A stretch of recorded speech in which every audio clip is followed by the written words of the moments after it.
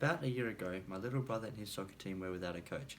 I decided to step up to the challenge because I knew a lot about the game and enjoy seeing others develop from my guidance.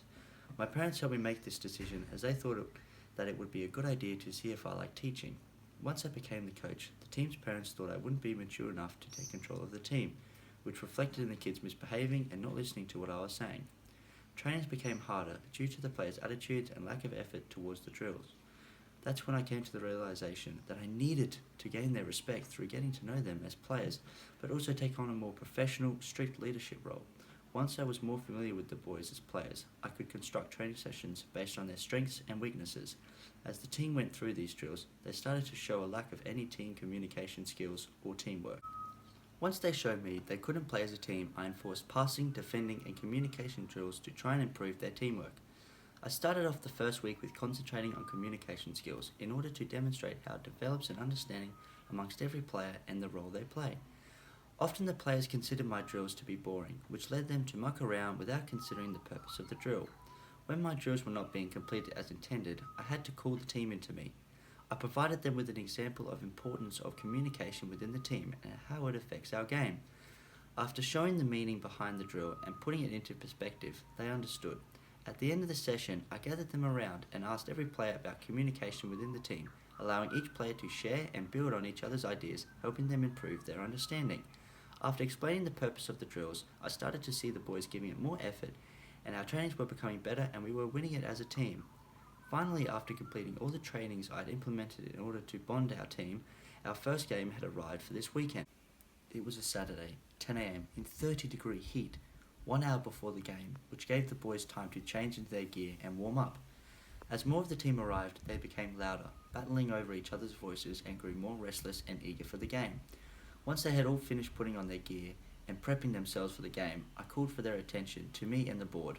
16 pairs of eyes glued to the board, searching around to see where each one of them were positioned. They were sitting on the benches circled around the room, looking and listening to our strategies. After warming up and going through all of our strategies once again, kickoff was only moments away.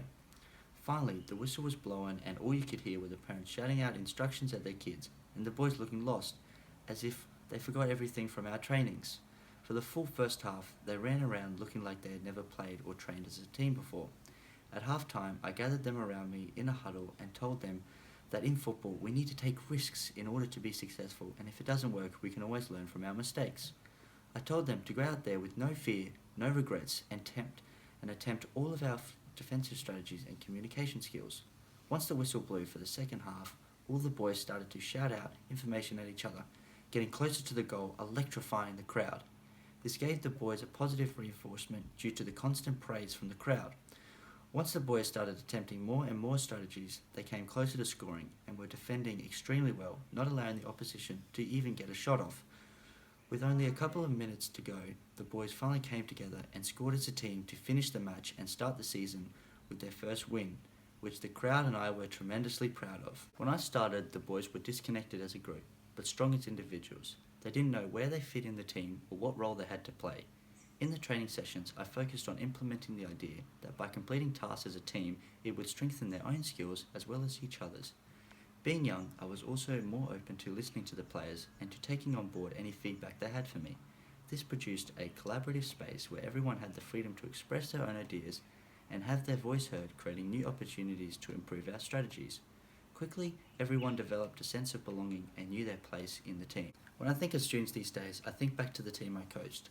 I remember the importance of working as a team and having strong communication. In order to achieve success, whether it be on the field or in the classroom, it is important to have a supportive environment where everyone feels valued as a player.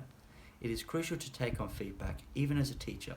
It is important to listen to our students and create a connection with them to manipulate the curriculum through their interests and capabilities to best fit in with their understanding and learning.